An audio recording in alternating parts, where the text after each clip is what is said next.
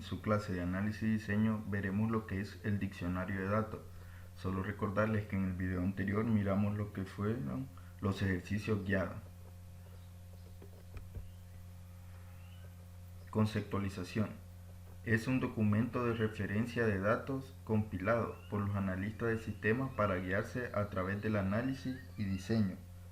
Cabe mencionar que el diccionario de datos recolecta, coordina y confirma lo que significa un término de datos específico para diferentes personas de la organización, es decir, representa la lista de todos los elementos que forman parte del flujo de datos de los sistemas.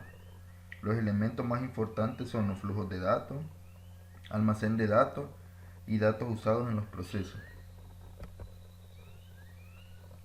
Para que el analista realice un diccionario de datos sin redundancia, o sea, sin repetir, debe realizar lo siguiente.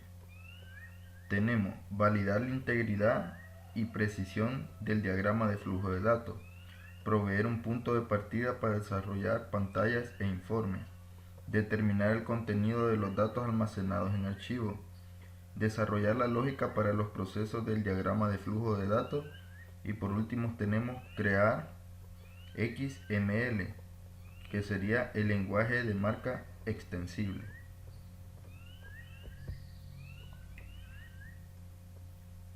Repositorio de datos.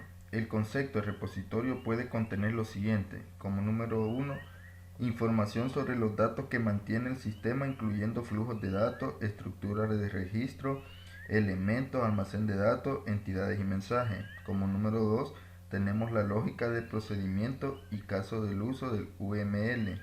Como número 3, tenemos el diseño de pantalla e informe. Como número 4, relación de datos, como la forma en que una estructura de datos está vinculada con otra. Como número 5 tenemos requerimiento del proyecto y entregable finales del sistema.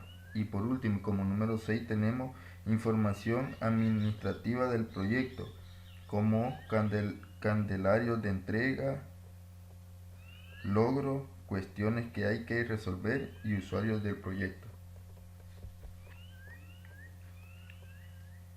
Tenemos lo que es la notación para estructurar flujos y almacenes de datos. Para especificar los datos que componen los flujos existe una notación especial que permite estructurar su definición, la cual se muestra a continuación.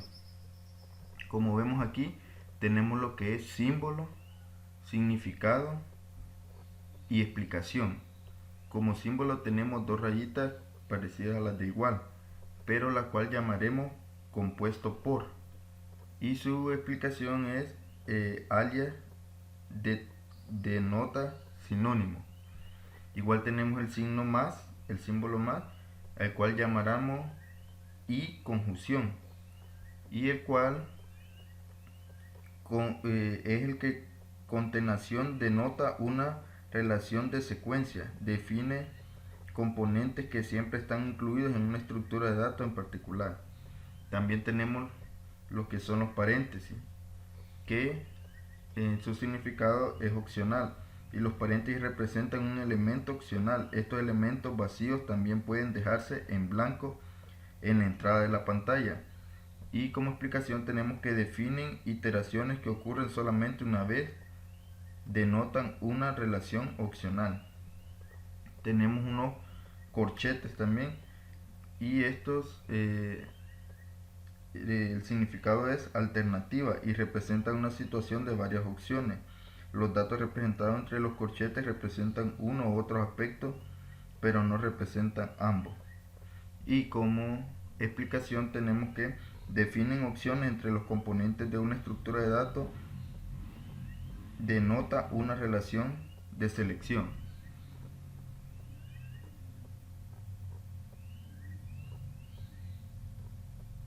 Aquí tenemos otro tipo de corchete y estos son los elementos repetitivos.